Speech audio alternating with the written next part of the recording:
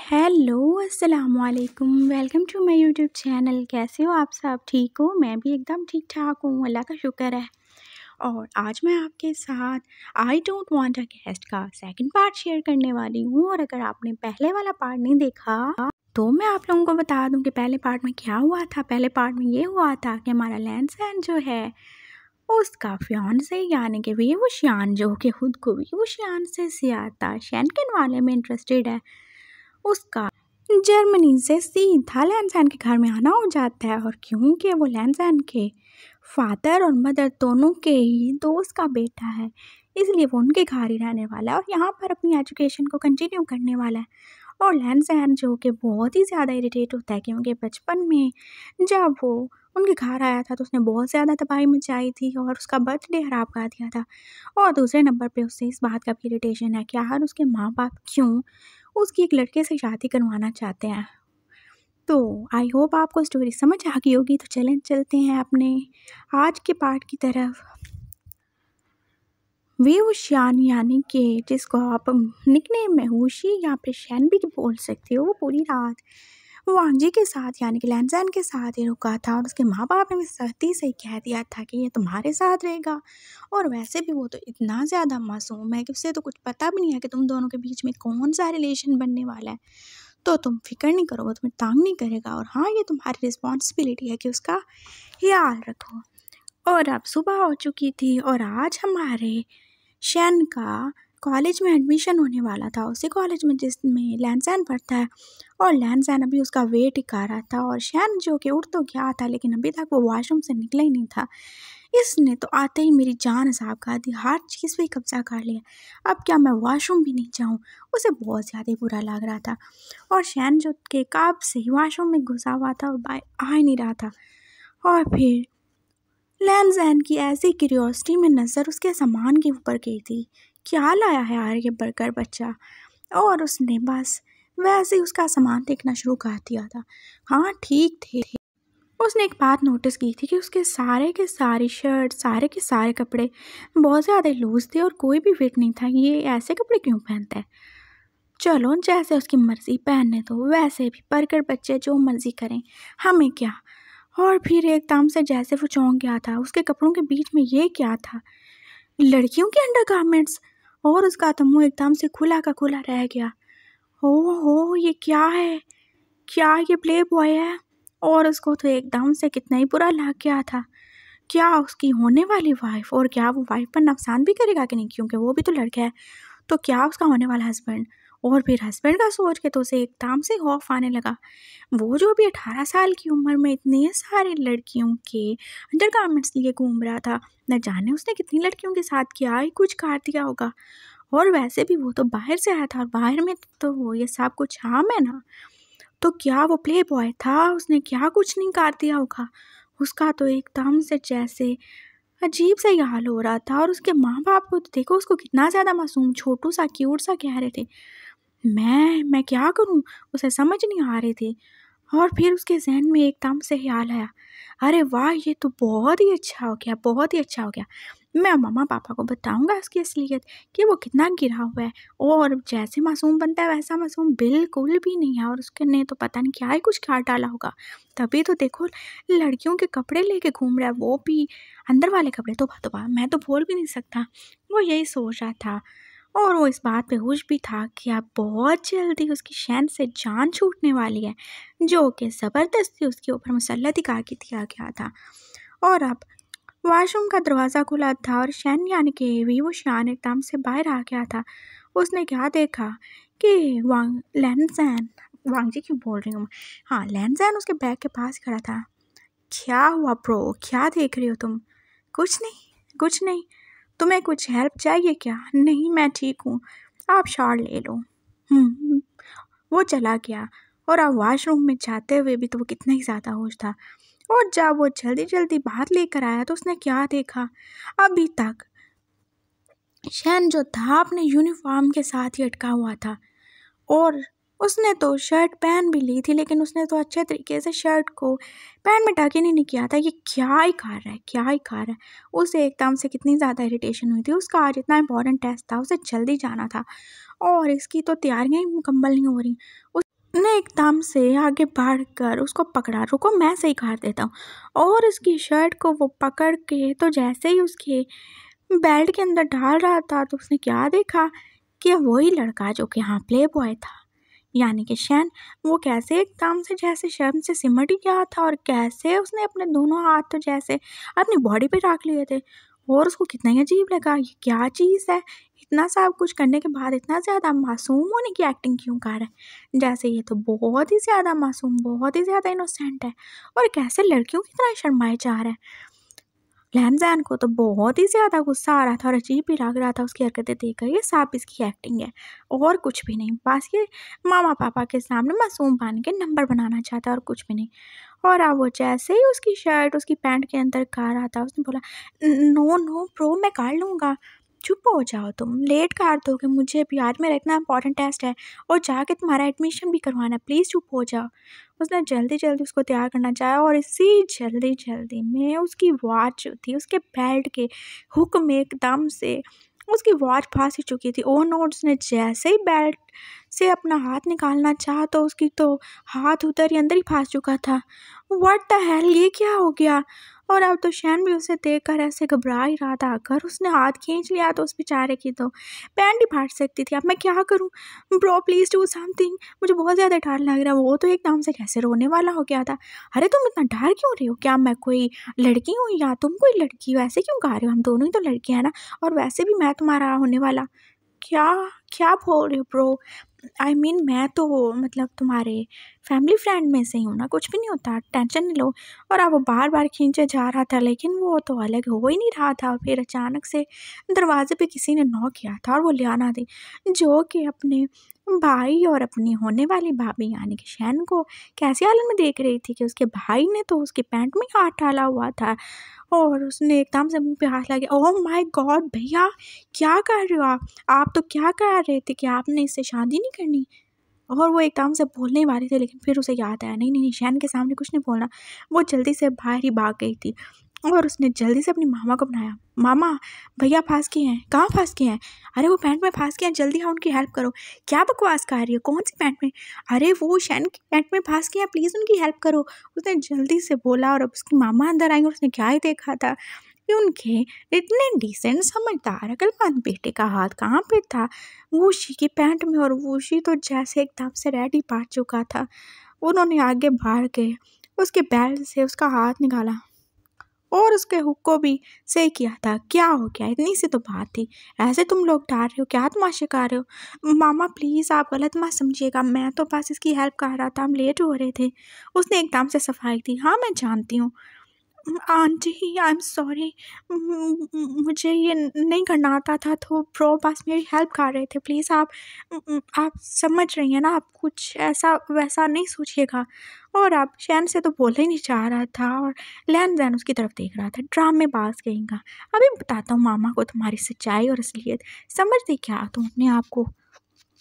और वो अपनी मामा को बताने ही वाला था कि उसकी मामा ने बोला चलो चलो आ जाओ बाहर, जल्दी से ब्रेकफास्ट खा लो, फिर तुम लोगों ने कॉलेज भी तो जाना है। और वो चुप करके आ गया और उसने दिल में सोचा हाँ अभी शायद सही टाइम नहीं है, क्योंकि अभी मैं बता दूंगा तो वो कोई भी बहाना कर सकता है, और वो इतना ज़्यादा तेज़ चालाक और इतना अच्छा एक्टर जो है वो तो कुछ भी बहाना कर सकता है। फिर मैं क्या बोलूँगा, मुझे उसके खिलाफ अच्छे से बिल्कुल पूरे सबूत ढूंढने होंगे, तभी तो मैं उसको एक प्ले बॉय प्रूफ कर पाऊँगा, तभी तो मेरी जान छूटेगी उससे। और तब तक मुझे ऐसे ही एक्ट करना होगा जैसे मुझे उसकी सच्चाई नहीं पता। और फिर अब वो नाश्ते की टेबल पे आ चुके थे जहाँ पे पापा भी उनका वेट कर रहे थे, और उन्होंने न्यूज़पेपर एक साइड पे रखते हुए पूछा, हाँ बेटा बताओ कैसी गुजरी तुम्हारी रात। हाँ पापा मैं तो बहुत अच्छा हूँ, अरे मैं तुमसे नहीं पूछ रहा, मैं तो शैन से पूछ रहा हूँ। हाँ शैन, हाँ अंकल सब बहुत अच्छा था, प्रो ने बहुत ज़्यादा हेल्प की मेरी। किस चीज़ में हेल्प की, वो मेरी पैंट को सही करने में बहुत अच्छे हैं, बहुत स्वीट हैं। अच्छा, और अब उसके पापा उसकी तरफ देख रहे थे, उनका बेटा और शैन की हेल्प कर रहा था, क्या ही बात थी। पापा वो इसने शर्ट, हाँ ठीक हो गया, कोई मसला नहीं, कोई बात नहीं, वैसे भी हमने तो तुम दोनों को साथ रखा है इसीलिए ना कि तुम दोनों की अंडरस्टैंडिंग हो जाए। हाँ हाँ अंकल, ब्रो सच में बहुत अच्छे हैं, बहुत ज़्यादा स्वीट और हेल्पिंग और केयरिंग भी हैं, उसने कहा। और फिर अचानक अब चुप ही हो गया, वो क्यों इसकी तारीफ़ें किए जा रहा है। चलो भाई आप तैयार हो जाओ जल्दी से। और फिर शैन ने अपना बैग उठाया और वो बस जाने के लिए रेडी हो गया था, लेकिन लैंसैन ने बोला रुक तो जा, मुझे चाय तो पी लेने दो। ओके ब्रो, कोई बात नहीं, मैं वेट कर लूँगा। और वो बाहर जाके खड़ा हो गया था उसकी बाइक के साथ। और फिर लैंसैन भी आ गया था। अब इसे साथ भी लेके जाना पड़ेगा।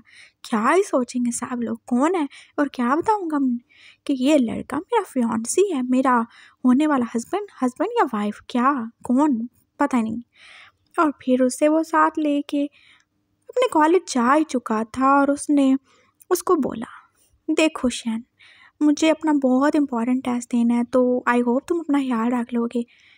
और हाँ, तुम्हारा एडमिशन हो चुका है तो मैं तुम्हें तुम्हारी क्लास में भेज दूंगा और तुम ध्यान रखना, यहाँ के लड़के बहुत ज़्यादा तेज़ हैं और वो नए आने वाले लड़कों की थोड़ी बहुत रैगिंग भी करते थे, तुम परेशान नहीं होना। It's okay bro, I can handle, मैं खा लूँगा, आप टेंशन नहीं लो। सच में कर लोगे? हाँ खा लूँगा, और वैसे भी आप हो ना, पापा ने बोला था आप मेरा ख्याल रखोगे। सही हो गया। ओके गुड लक, जाओ अपनी क्लास में। उसने उसे क्लास में भेज दिया और शुक्र का कलमा पड़ा, अच्छा हो गया जान छूटी, चलो अब पूरा दिन उसका मुंह नहीं देखना पड़ेगा। और वो अपनी क्लास में आ ही रहा था कि उसको पता ही नहीं चला, वो तो शैन के ख्यालों में खोया हुआ था, गुस्से वाले ख्यालात के साथ और जज्बात के साथ।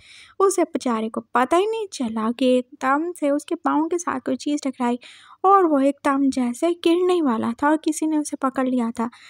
वो उसकी फ्रेंड याली थी जो कि उसी की क्लास में पढ़ती थी। अरे क्या हुआ लैंसैन, देख के नहीं चल सकते?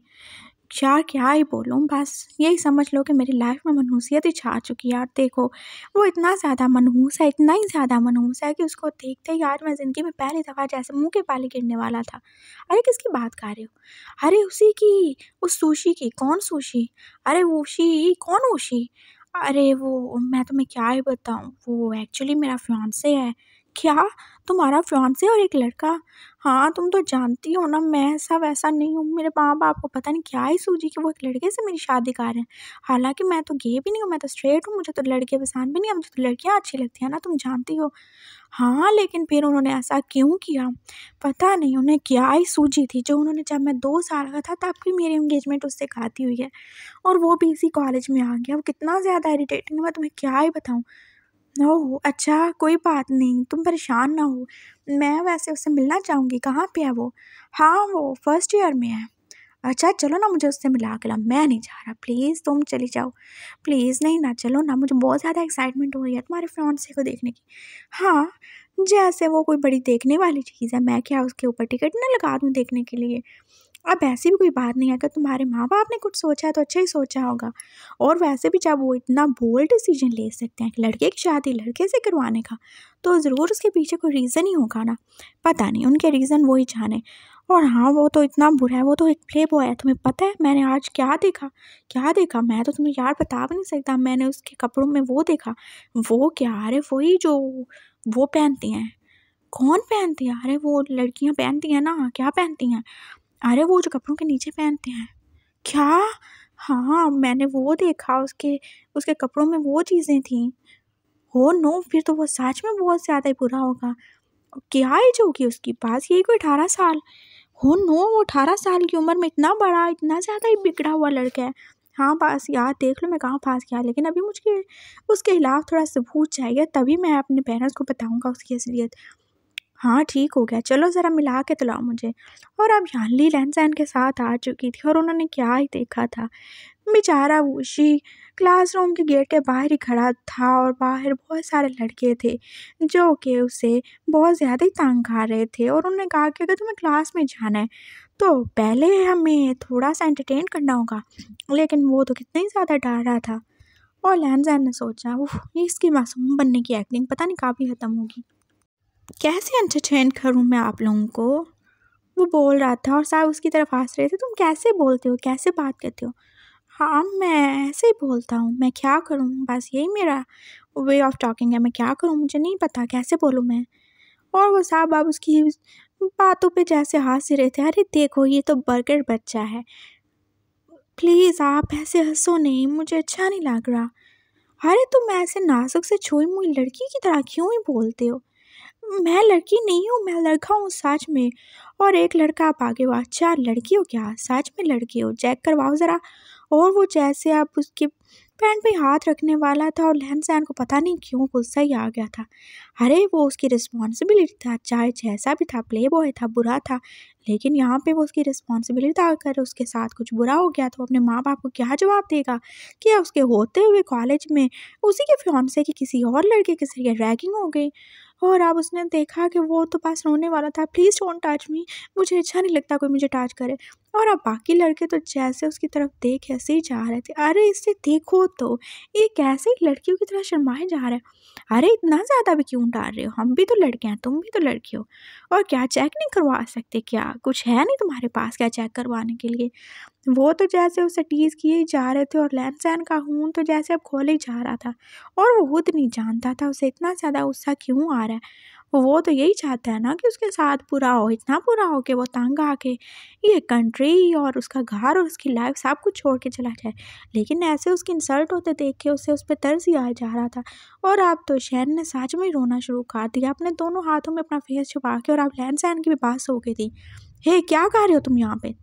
अरे कुछ नहीं ज़ैन, हम तो बस इस नए आने वाले लड़की नुमा लड़के की थोड़ी रैगिंग कर रहे थे, कुछ नहीं।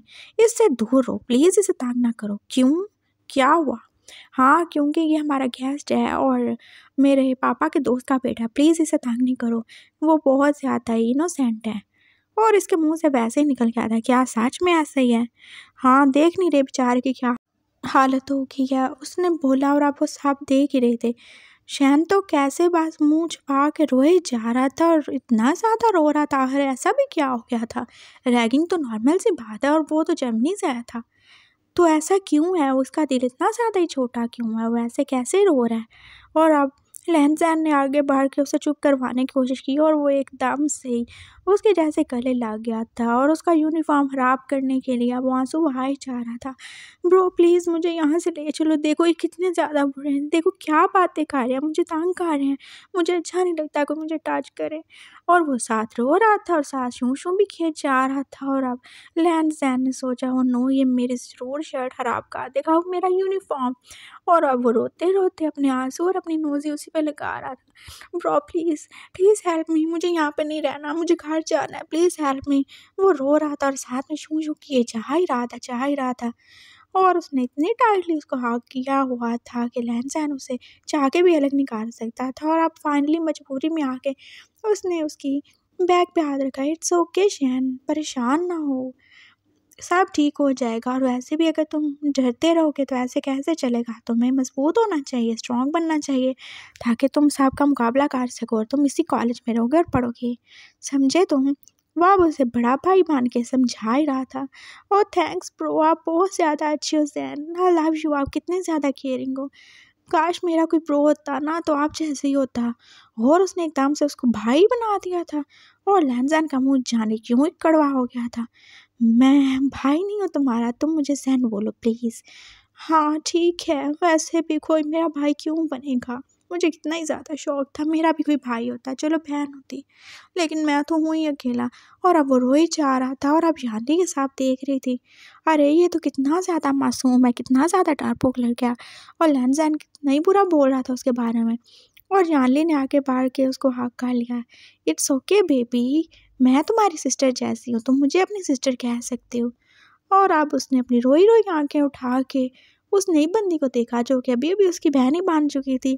सिस्टर, हाँ, हाँ, मैं भी तुम्हारी सिस्टर जैसी हूँ और वैसे भी तुम मेरे छोटे भाई की तरह ही हो। तुम मुझे सिस्टर कह सकते हो और आज के बाद उसको अकेला नहीं समझना। और यानली तो थी ऐसी एकदम से स्वीट और काइंड और किसी का रोना तो उससे देखा ही नहीं जाता था। और अब लहन-सहन देख रहा था अपनी दोस्त को जिससे वो क्यों लाया था यहाँ पे, ताकि वो उससे शहन की असलियत बता सके। और यहाँ तो उल्टा ही हो रहा था, वो तो खुद शहन की बहन ही बन बैठी थी। ये क्या ही हो रहा था? जिसको देखो शहन का ही दीवाना हुए जा रहा था। एक मैं ही हूँ, या मुझे ये अच्छा नहीं लगता। चलो मैं तुम्हें तुम्हारे रूम में छोड़ के आती हूँ, क्लासरूम में चलो। और हाँ तुम बॉयज़ मेरी बात सुन लो, तुम मुझे जानते नहीं हो क्या मैं कौन हूँ। मेरे पापा इस कॉलेज के ट्रस्टी हैं और अगर तुम लोगों में से किसी ने आगे से मेरे भाई को तंग किया तो मैं तुम लोगों का जीना आराम कर दूंगी, समझे तुम? और अब वो लड़के चुप हो के एक साइड पे हो चुके थे और शैन उसकी तरफ देख रहा था। थैंक यू सिस्टर, आप बहुत ज़्यादा ही अच्छी हो, थैंक यू सो मच। मेरा भाई भी तो कितना ही ज़्यादा अच्छा है। उसने उसे कहा, उसके गाल छुए और फिर वो जैसे एकदम से पिंक ही हो गया था और लैंसैन उसकी तरफ देख रहा था। ये क्या ही चीज़ था, कैसे ये लड़कियों की तरह छोटी छोटी बातों पे इतना ज़्यादा खुश और इतना ही ज़्यादा दुखी हो जाता था। अरे क्या चीज़ है, इसको क्या ही मसला है। खैर जो भी हो, व्हाटएवर, मुझे कौन सा इससे शादी करनी है, ना मुझे इसका हस्बैंड बनना और ना ही मुझे इसकी वाइफ। यानली अब चलें, सर के आने का टाइम हो गया, हमें जाके टेस्ट देना है। हाँ चलते हैं। ओके मेरे भाई, हाँ क्या नाम है तुम्हारा? शैन। हाँ शैन, अपना ख्याल रखना और कोई भी प्रॉब्लम हो मुझे बताना। ये लैंसैन तुम्हारी फिक्र करे ना करे, मैं हमेशा तुम्हारे साथ हूँ। Thank you sister. उसने इतना ही बोला और अब यानली और वो क्लासरूम में आ चुके थे और अब सारा दिन वो बिल्कुल भी शैन को नहीं देखने वाला था। और फिर जैसे ही छुट्टी हुई वो उसे ले के बाइक पे आ रहा था और शैन ने कहा, सिस्टर कितनी ज़्यादा अच्छी हैं, कितनी ज़्यादा स्वीट और कितनी ज़्यादा क्यूट हैं।